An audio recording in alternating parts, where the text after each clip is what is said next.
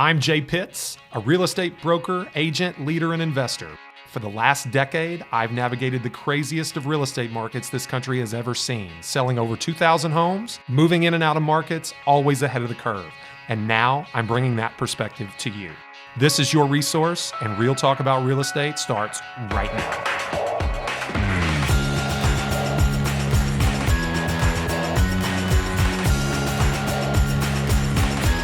And we're back, folks. Welcome back to another episode of Resource, Real Talk About Louisville Real Estate. I am your host, Jay Pitts, broker owner of RE/MAX Premier Properties, leader of JT Pitts and Associates, the #1 real estate team in the state of Kentucky. Pretty proud of that. Lots of hard work went into that. Pretty exciting stuff. Anyway, let's handle some business right here off the top. You are watching us currently on YouTube, live, youtube.com/jpittsrealtor. Hopefully, if you're following along on audio form, you're on one of two platforms over on Apple Podcasts or Spotify. All 5-star reviews, follows, shares of the posts, shares of the episodes are very much appreciated. We appreciate your support on those platforms. You can find us at jpittsrealtor on Instagram. You can find us on TikTok at J_Pitts. We would appreciate your patronage there as well. Okay, so now let's get into today's topic. Today's topic is quite interesting. You know, we've been talking a lot lately about the change in the market. The rates are through the roof. They've settled in, maybe come down a little last week. And now, you know, it's kind of like, what's next? Okay, still some very, very hot segments of the marketplace. Properties selling above list price under multiple offers, very, very substantial interest in the right properties. The median days on market, probably recorded a video. If you follow our YouTube channel, you saw it went up today. Market update as of June, end of June, 2022. And a staggering statistic that you'll see is that the median days on market is 5 days. The average days on market is 32. And for the disparity of median to mean or median to average, for the disparity to be that much, what it means is that a substantial amount of sales occur within 5 days.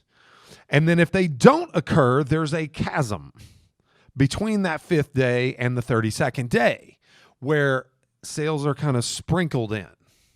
Okay, pulling that average and beyond that 30-day mark, dragging the average up while the median stays down very, very low.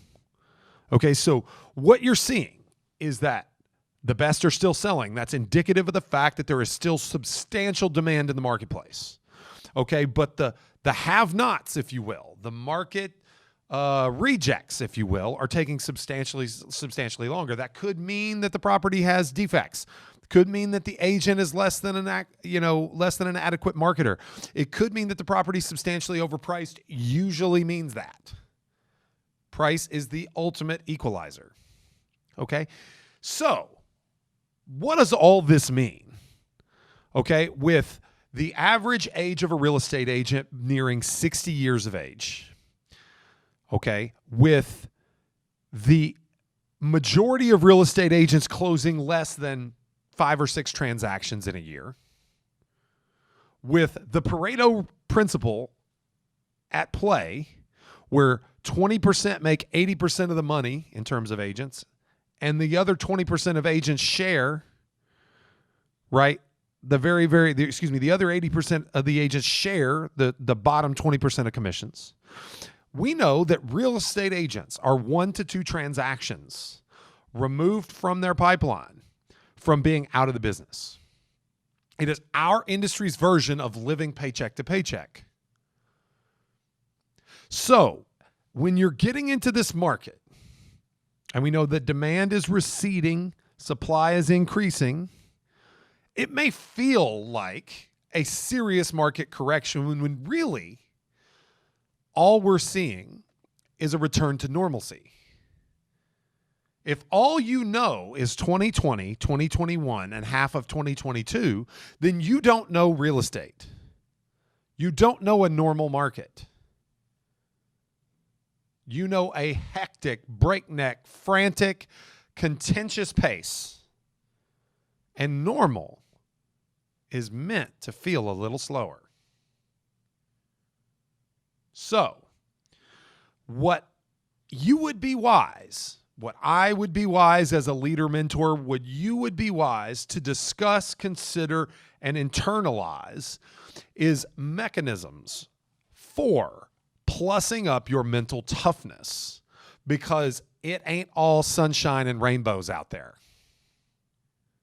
This is a business that requires, especially in your first 5 years where 97% fail, it requires you to be mentally tough, to push through the challenging times, to push through the valleys on your way to the peaks, understanding that peak will crest and you will descend into another valley until your business takes a consistent trajectory with small increases day over day, week over week, month over month, year over year. There will be times, there will be years, we call them step back years. There will be step back months where you make less than you did last month, where you make less this year than you did last year. But learning some methods, some mechanisms that work for most people, but specifically what works best for you, that keeps your mental toughness on point. That's what we're going to talk about today. And how we arrive at this topic is quite simple.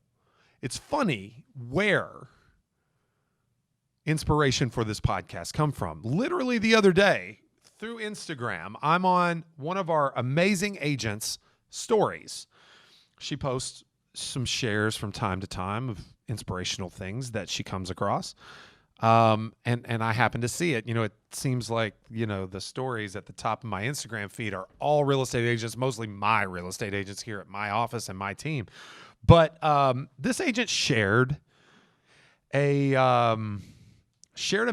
It was actually a meme of a Bruce Lee quote, a purported Bruce Lee quote, I must say, because I haven't been able to entirely substantiate, did a little, GOOGLE research before we sit down to do the podcast today to make sure that I could justify. So I'm just going to throw that caveat out there. This may or may not be a Bruce Lee quote.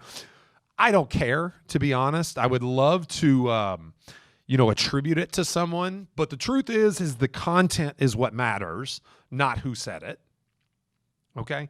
So I read this, and really one specific part of this jumped out at me, and I immediately opened my Twitter feed, and I pushed out a tweet, which is the part that felt most relevant to me. But what I'm going to do today is I'm going to take you through the inspirational process that I had for this podcast episode, okay, and show you how my mind works a little bit.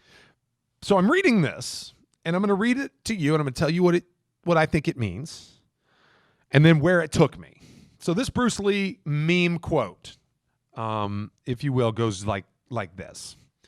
It says, "Don't speak negatively about yourself, not even as a joke. Your body doesn't know the difference. Words are energy and cast spells when uttered. That's why composing them is called spelling." You kind of lost me a little there, Bruce, but either way, I kind of see where he's going. "Change the way you speak about yourself," he continues, "and you'll change your life." And this is the most impactful part to me. What you're not changing, you're choosing. So let's back that up a little bit. I wasn't quite with him on the casting spells and why it's called spelling and all that. But I do know that self-talk is incredibly important as it pertains to mental toughness. Now, I don't believe that there is a specific formula or equation to adequate self-talk, but I will say this, that when I hear myself speak to others about things we've accomplished, what we've done, what we've achieved, if I feel like I adequately convey our successes with enthusiasm while maintaining some semblance of humility and straddle that line from saying just enough but not too much, from conveying success without becoming cocky or rude or delusional about my abilities, it takes me up a notch. Because the last thing I want to do is to have someone think that I'm a cocky SOB who's not as good as he thinks he is. But let's face it, social proof, proof of past success, confidence, they all play a role in building rapport with a prospect, with clients, with agents, with mentees, with anyone who has an ability to contribute to our business, our life, and to do so in a positive way. So self-talk is the precursor to being able to speak about yourself to others in a way that doesn't turn them off, but yet makes them more likely to believe in you, put stock in your opinions, and to follow you.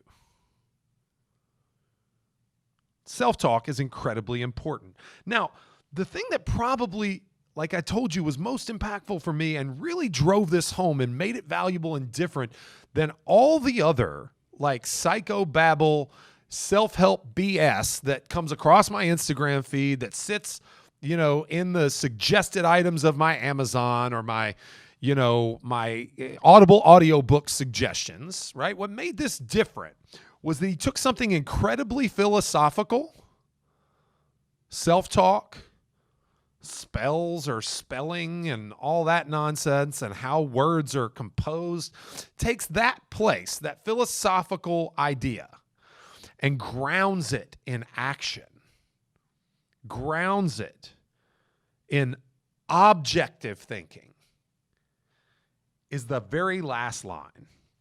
What you're not changing, you're choosing. That had such an impact on me. I shared it with my 9-year-old on the way home from baseball practice the other night. I said, buddy, what you're not changing, you're choosing. And he kind of gave me the dog head, like cocked to the side for a second. I could tell it was working on him. He kind of squinted his eyes when he did it, like he does when he's thinking. And he's a smart kid. And he goes, okay, I get that, Dad. I said, well, if you get it, explain it to me. And he said, well, if I'm not focused at practice, right, then I'm not choosing to get better. And I said, exactly. It was a good, relevant example. Like if I'm goofing off with my friends, well, then I'm choosing to be the same player I was yesterday. But if I'm changing my level of focus, if I'm elevating myself, then I'm choosing to be a better player tomorrow. I don't know that I've had a more proud parenting moment that he actually got this, because that is another mental toughness must. Everything you do that improves your life, your business, your personal relationships, they're grounded in action. We can think all we want, but if we don't act, then we are in fact choosing to stay exactly where we are and not progress. There's an underlying tone of responsibility, of agency, of ownership. You take ownership of your results. You're not a victim of circumstance. Now, yes, circumstances do exist. They happen to you. Yours aren't the same as everyone else's. But we all have license. We all have agency. We all have ownership of our results based on the choices we make. And it's never more apparent than when a market is backsliding, when you're coming over the peak and headed toward a trough. So it's incredibly important for you to manage your self-talk.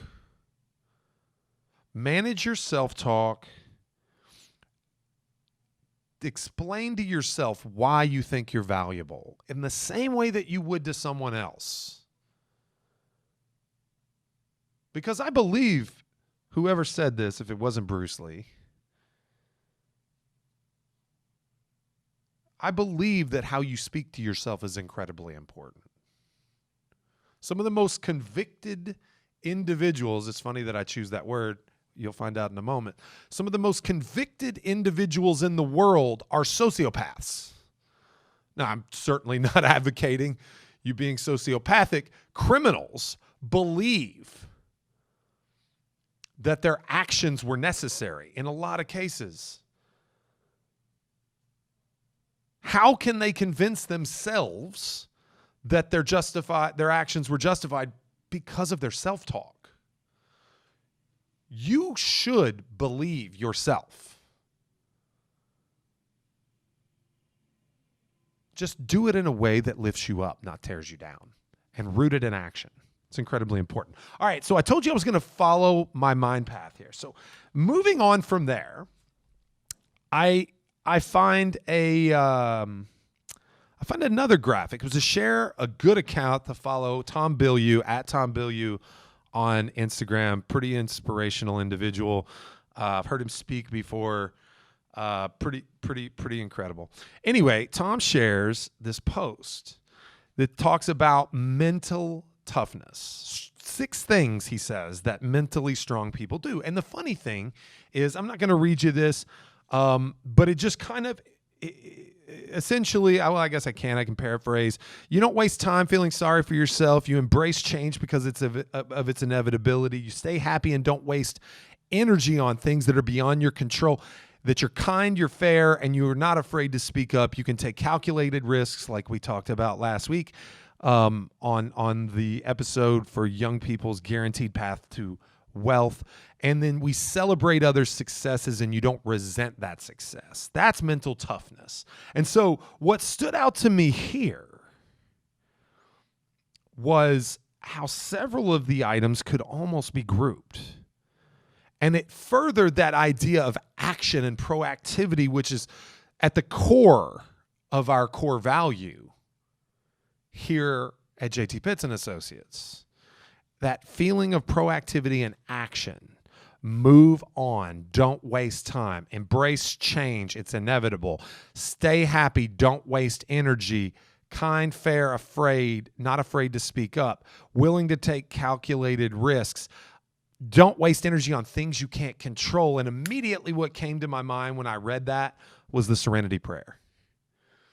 And for those of you that don't know, a psychologist by the name of Reinhold Niebuhr wrote the Serenity Prayer in 1951. You've probably heard it as some type of connection to those with substance abuse issues. It's a fixture amongst AA training. But the Serenity Prayer essentially says, and I'm going to read this to you today. Now, this is grounded in faith. So, if that's not your thing, I get it. But just give me a moment and take God out of it if you want, and just understand the simple facts and the application toward mental toughness that comes in this prayer. So here it goes.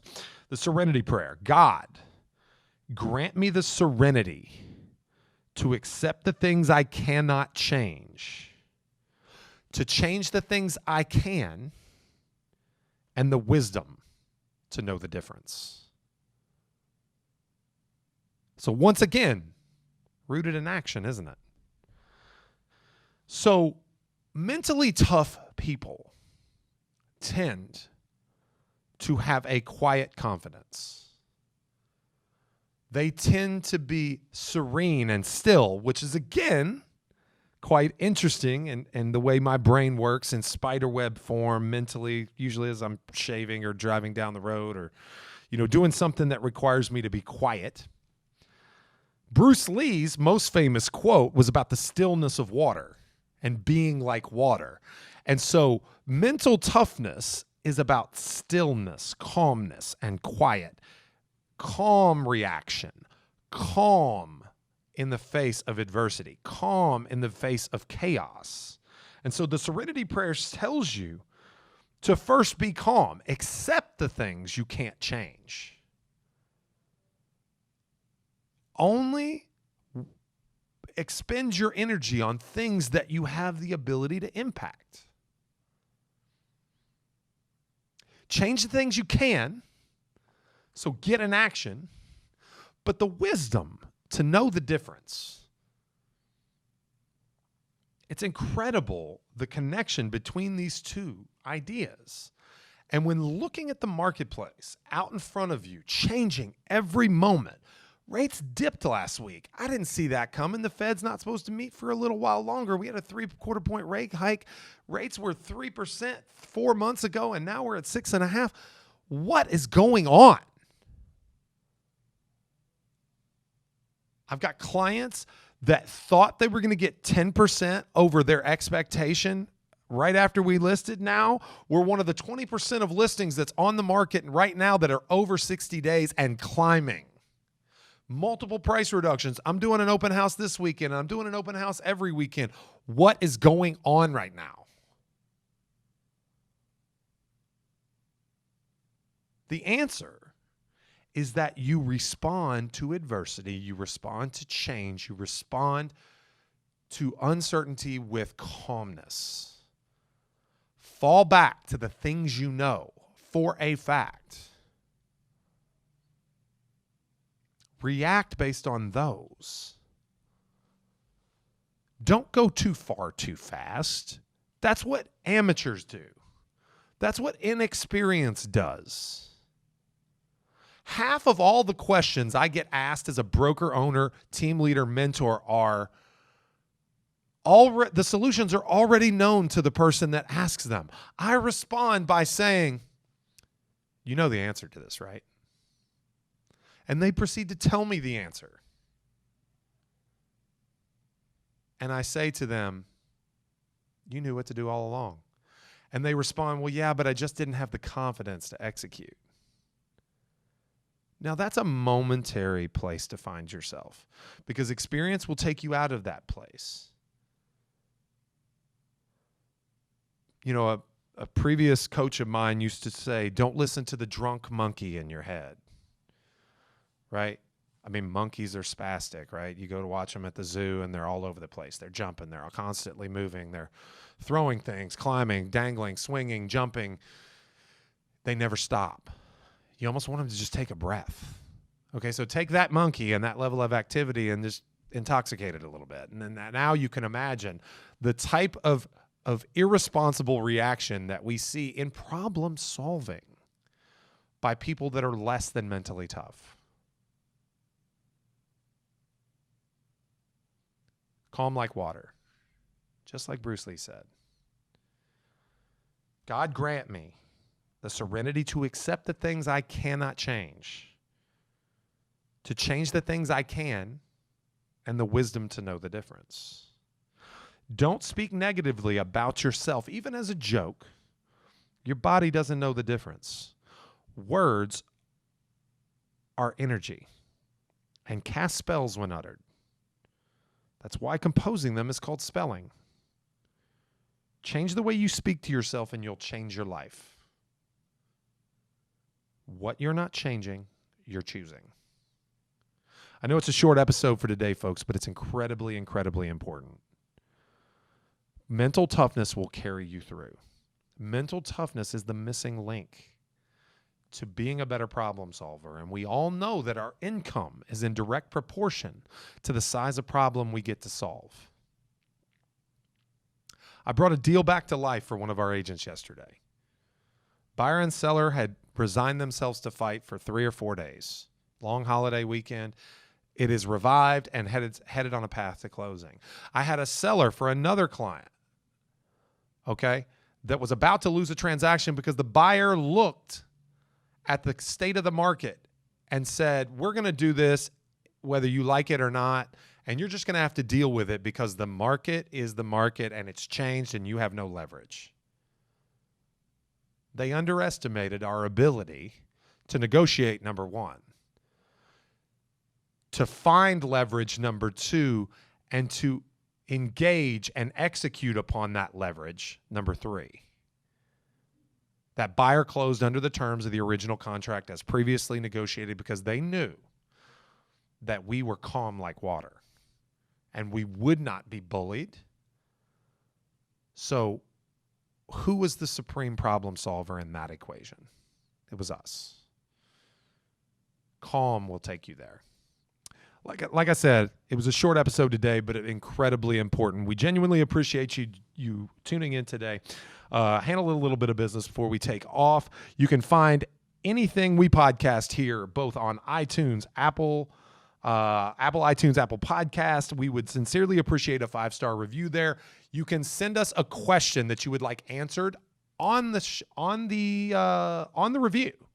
With your 5-star, we'll jump you to the front of the list. It might even be a episode topic. If you would like to submit that within your 5-star review, we will totally honor that. Spotify as well. Appreciate your following there. Anywhere you podcast, Amazon Music, iHeart, Deezer, Stitcher, Pandora, Google Podcasts.